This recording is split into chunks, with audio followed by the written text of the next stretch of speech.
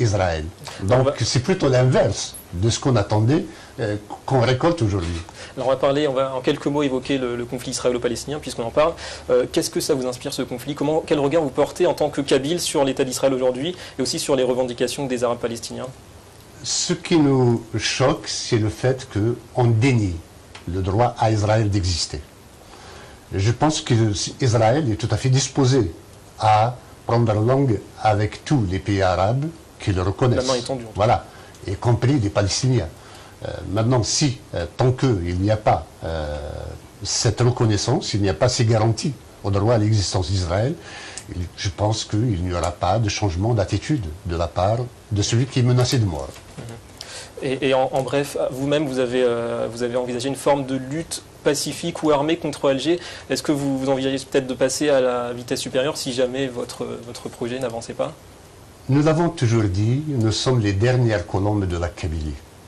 Nous avons prôné depuis le début un combat politique, nous le continuons sous cette forme jusqu'à la fin.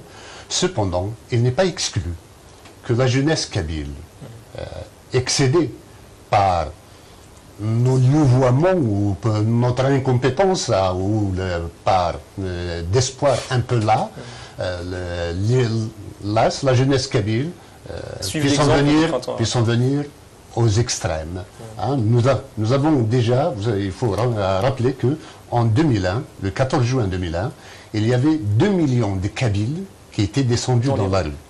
2 millions de Kabyles sur 10 millions, ça fait 20% de la population qui était descendue dans la rue sur Alger. Aucun peuple au monde n'a jamais réussi à faire cela, et malgré cela, le régime algérien a préféré plutôt détruire de l'intérieur le mouvement de revendication que répondre à une aspiration profonde d'existence du peuple kabyle. Et si jamais ça aboutissait votre projet, c'est-à-dire votre but ultime, un État kabyle, au moins une autonomie, est-ce qu'il y a des États qui vous inspirent, des modèles économiques, politiques sur lesquels actuellement déjà vous vous inspirez et vous travaillez pour le futur éventuellement? Écoutez, moi mon rêve c'est que le peuple kabyle et la nation kabyle, la Kabylie, accèdent à un statut majeur. Nous avons pris pour modèle un certain nombre de pays. Notre venue ici a aussi été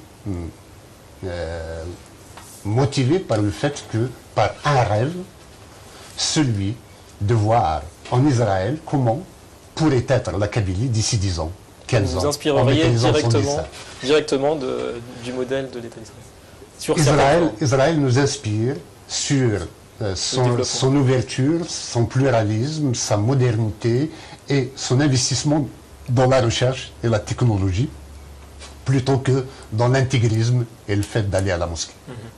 Alors, on entend parfois, ça et là, que la Kabylie a des liens historiques avec le peuple juif. Vous l'avez dit tout à l'heure, les Kabyles sont un peu le nouveau peuple juif. Est-ce que vous pouvez nous en dire plus?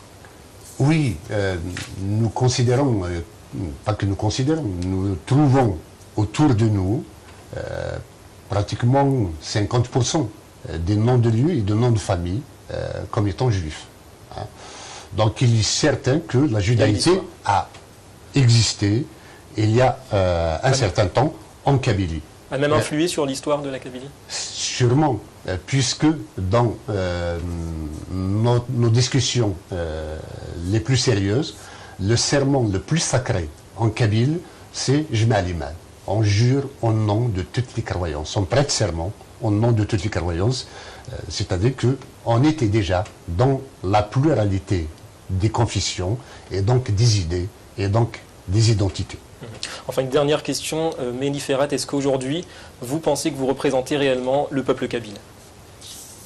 Je peux le dire et je lance un appel à partir de ce moment pour que la Kabylie reste unie et fasse en sorte que sa voix s'entende à travers les 4 coins de la planète.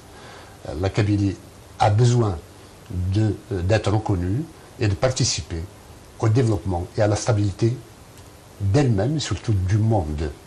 Nous pouvons être un facteur de stabilité et de liberté. Vous trouverez votre place dans le Maghreb en tant qu'État? la Kabylie trouvera sa place au sein de l'Afrique du Nord.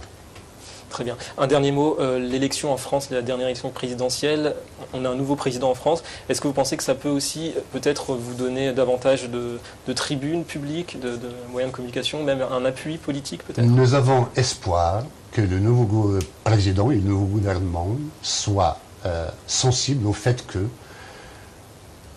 l'héritage colonial, c'est-à-dire les frontières héritées de la colonisation, ne soient plus des carcans dans lesquels le jacobinisme puisse sévir contre les identités, contre la liberté des peuples. Nous avons espoir que la liberté, la démocratie des peuples soient reconnues par le nouveau gouvernement et accompagnent la marche de ces peuples vers leur liberté. Intervenir comme la France l'avait fait en Côte d'Ivoire il y a 2 ans serait ruineux pour son image. Et par contre, peser sur le gouvernement actuel à Alger, ça vous paraît possible? Peser, avoir un poids politique? La France a tous les moyens de peser sur le gouvernement algérien pour accompagner la Kabylie vers son destin. Surtout que la Kabylie est un bastion de la francophonie. Et si la France perd la Kabylie, elle ne perdrait pas que cette partie du territoire algérien, elle ne perdrait pas que l'Algérie, elle perdrait toute l'Afrique du Nord, dans la Kabylie et le pivot. Eh bien, Mehni Ferhat, on vous dit merci, on vous souhaite une très bonne fin de séjour en Israël, un bon retour à Paris. Merci à vous de nous avoir suivis sur GuiSen TV. Restez avec nous pour d'autres rendez-vous sur votre chaîne GuiSen TV.